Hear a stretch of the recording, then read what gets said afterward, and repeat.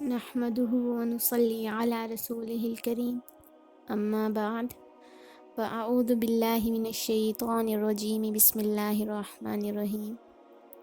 السلام علیکم ورحمۃ اللہ وبرکاتہ۔ امید ہے آپ سب خیریت سے ہوں گے۔ تو آج میں ولادت با سعادت کے بارے میں آپ لوگوں کو بتانے لگی ہوں کہ آپ صلی اللہ علیہ وسلم کی پیدائش کب ہوئی، کون سی تاریخ کو ہوئی، اور ولادت کے وقت کیا کیا واقعات ہوئے، کیا کیا معجزات ہوئے۔ تو یہ آج ساری ویڈیو اس کے بارے میں ہے، تو آخر تک لازمی سنیے گا، دیکھیے گا۔ تو ویڈیو شروع کرنے سے پہلے ہم درود شریف پڑھ لیتے ہیں۔ اللہم صلی علی محمد وعلی آل محمد کما صلیت علی ابراہیم وعلی آل ابراہیم انک حمید مجید۔ اللہم بارک علی محمد وعلی آل محمد کما بارکت علی ابراہیم وعلی آل ابراہیم انک حمید مجید۔ تو ولادت با سعادت، آپ تو روایات جو صحیح روایت ہیں ان میں کہ آپ صلی اللہ علیہ وسلم واقعہ فیل کے 55 یا 50 روز کے بعد 8 ربیع الاول کو پیدا ہوئے۔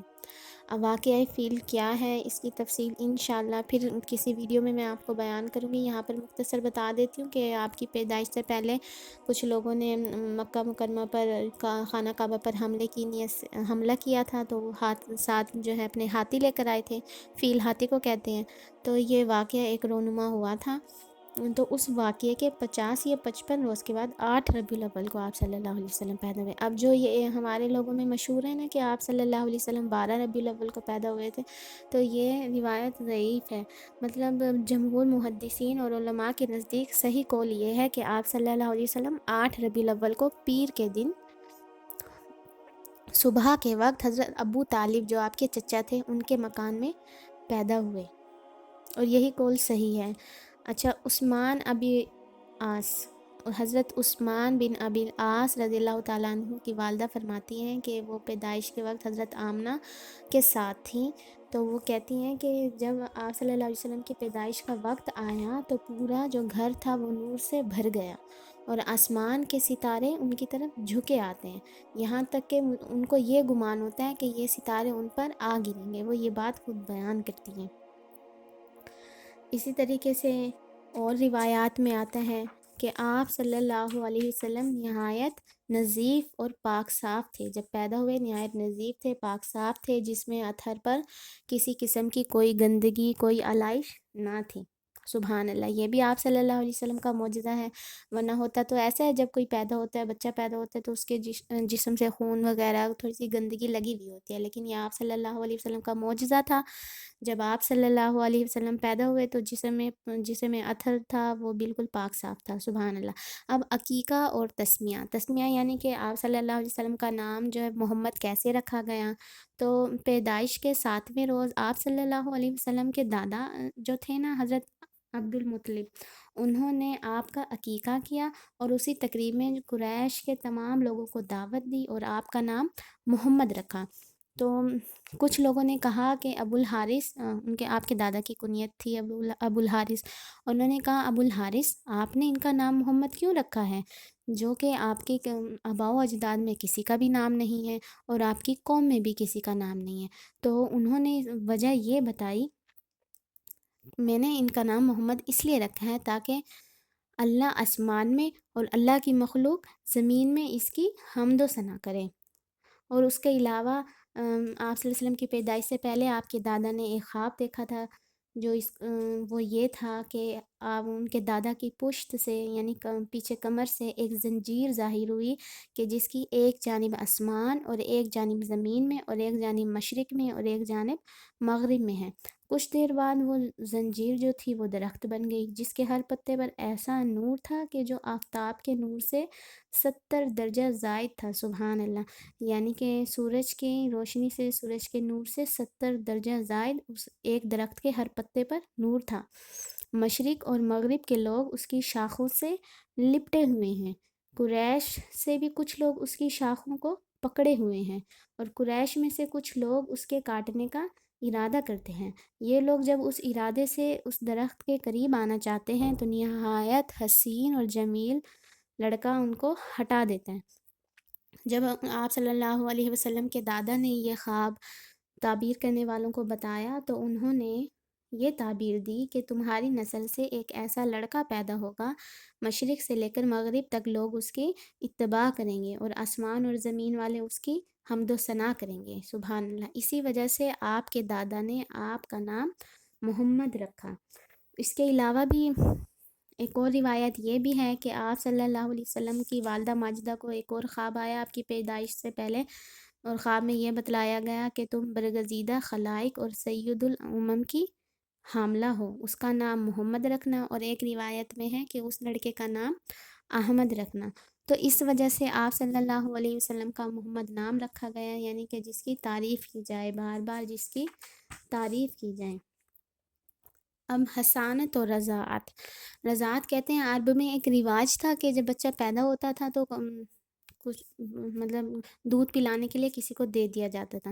شروع میں تو ولادت باسعادت کے 3-4 روز تک آپ صلی اللہ علیہ وسلم کی والدہ ماجدہ نے آپ کو دودھ پلایا، پھر اس کے بعد آپ کے چچا ابو لہب کی آزاد کردہ کنیز سویبہ نے آپ کو دودھ پلایا۔ سویبہ وہ کنیز تھی کہ جب آپ صلی اللہ علیہ وسلم پیدا ہوئے تو انہوں نے آپ کے چچا حضرت ابو لہب کو یہ خبر دی کہ تمہارا بھتیجا پیدا ہوا ہے، تو انہوں نے اس کو آزاد کر دیا تھا۔ انہوں نے بعد میں حضرت سویبہ نے ان کو دودھ پلایا۔ اب سویبہ کے بارے میں اختلاف ہے کہ وہ ایمان لائیں تھی یا نہیں لائیں تھی، کچھ لوگوں نے صحابیات میں ان کا ذکر کیا ہے، واللہ عالم، ہمیں اللہ بہتر جانتے ہیں کہ وہ ایمان لائیں تھی یا نہیں لائیں تھی۔ مگر بعد میں حضرت حلیمہ سعدیہ کو آپ صلی اللہ علیہ وسلم کو ان کے سپرد کر دیا گیا تھا دودھ پلانے کے لیے۔ تو ہر سال اسی دستور کے مطابق ہر سال بنی سعد، حضرت حلیمہ جو تھی وہ بنی سعد قبیلے سے تھیں، بنی سعد کی عورتیں شیر خوار بچوں کو دودھ پلانے آیا کرتی تھیں۔ تو حضرت حلیمہ سعدیہ فرماتی ہیں کہ میں بھی ان عورتوں کے ساتھ شیر خوار بچوں کی تلاش میں آئی تاکہ ان کو دودھ پلاؤں۔ تو ان کے ساتھ ان کے شوہر بھی تھے اور ان کا ایک بچہ بھی تھا۔ سواری کے لیے ان کے پاس ایک لاغر اور دبلی گدھی اور ایک اونٹنی، جس کا یہ حال تھا کہ ایک قطرہ دودھ کا اس سے نہ نکلتا تھا۔ تو حضرت حلیمہ سعدیہ بتاتی ہیں کہ ہم بھوک کی وجہ سے رات بھر نہ سوتے تھے، اور میرے بچے کا یہ حال ہوتا تھا کہ وہ بھوک کی وجہ سے ساری رات روتا رہتا تھا۔ کوئی عورت ایسی نہ رہی، تو وہ فرماتی ہیں کوئی عورت ایسی نہ رہی جس پر آپ صلی اللہ علیہ وسلم پیش نہ کیے گئے ہوں، مگر جب یہ عورتوں کو یہ معلوم ہوتا کہ آپ صلی اللہ علیہ وسلم یتیم ہیں تو وہ عورتیں فوراً انکار کر دیتی کہ جس کا باپ ہی نہیں ہے اس سے خدمت کا اجرت ملنے کا کوئی موقع نہیں ہے۔ اس وجہ سے عورتوں نے آپ صلی اللہ علیہ وسلم کو نہیں لیا۔ تو حضرت علیمہ کہتی ہیں کہ میرے دل میں یہ اللہ تعالیٰ سے امید پیدا ہوئی کہ میں اس بچے کو لازمی دودھ پلاؤں گی اور اللہ تعالیٰ سے برکت کی امید رکھوں گی۔ اسی طریقے سے ایک اور روایت میں بھی ہے کہ جیسا اللہ سے گمان رکھتے ہیں تو اللہ اس گمان کے مطابق اترتا ہے۔ تو حضرت حلیمہ کا اللہ سے یہ گمان تھا کہ وہ اس بچے کے ذریعے برکت دے گا، تو ایسا ہی ہوا۔ حضرت حلیمہ نے آپ صلی اللہ علیہ وسلم کو دودھ پلانے کے لیے لے لیا۔ تو وہ کہتی ہیں کہ تو حضرت حلیمہ کہتی ہیں کہ میں برکت کی امید پر آپ صلی اللہ علیہ وسلم کو لے آئیں، اللہ نے اسی امید کے مطابق ان پر برکتوں کا دروازہ کھول دیا۔ تو وہ کہتی ہیں کہ اس مولود کا گود میں لینا تھا کہ بستان جو بالکل خشک تھے وہ دودھ سے بھر گئے، اتنا دودھ ہوا کہ آپ صلی اللہ علیہ وسلم بھی سیراب ہو گئے اور آپ کا رضاعی بھائی بھی سیراب ہو گیا۔ اونٹنی دودھ دینے لگی اور اتنا دیا کہ میرے شیر خوار بچے نے بھی میں نے اور میرے شوہر نے پیٹ بھر کر دودھ پی لیا۔ سبحان اللہ۔ اب قافلے کی روانگی کا وقت آیا، سب سوار ہو کر چل پڑے۔ حضرت حلیمہ بھی اس بچے کو یعنی حضرت حلیمہ آپ صلی اللہ علیہ وسلم کو لینے کا واقعہ بیان کر رہی ہیں، تو وہ کہتی ہیں کہ میں بھی ان بچے کو لے کر چل پڑی۔ پھر جو میری سواری تھی وہ اتنی دبلی پتلی تھی، لیکن اس کی چال اتنی تیز ہو گئی کہ وہ سب سے آگے جانے لگی۔ تو جو میرے ساتھ عورتیں آئی تھیں تو انہوں نے مجھ سے پوچھا کہ یہ وہی تمہاری سواری ہے جس کے ساتھ تم پہلے آئی تھی؟ تو انہوں نے کہا ہاں ہاں یہ وہی ہے۔ کہتے ہیں اب تو اس سواری کی شان ہی کچھ اور ہے، یہ اتنی تیز ہو گئی۔ یہ تھوڑا سا آپ صلی اللہ علیہ وسلم کی ولادت باسعادت کے وقت معجزات ہوئے تھے۔ باقی معجزات جو ہے میں انشاءاللہ اگلی ویڈیو میں آپ لوگوں کو بتاؤں گی۔ تو اللہ پاک قبول و معروف فرمائے۔ السلام علیکم ورحمۃ اللہ وبرکاتہ۔